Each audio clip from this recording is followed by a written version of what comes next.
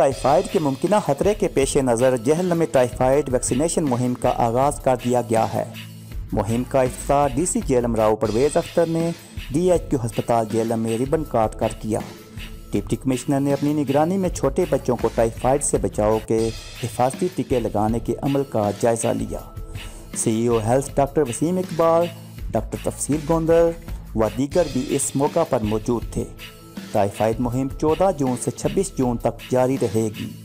मुहिम के दौरान ज़िला जेहलम की 14 शहरी यूनियन कौंसल्स में 1,46,000 से ज़ायद 9 माह से लेकर 15 साल तक के बच्चों को टाइफाइड से बचाव के हिफाजती टीके लगाए जाएंगे।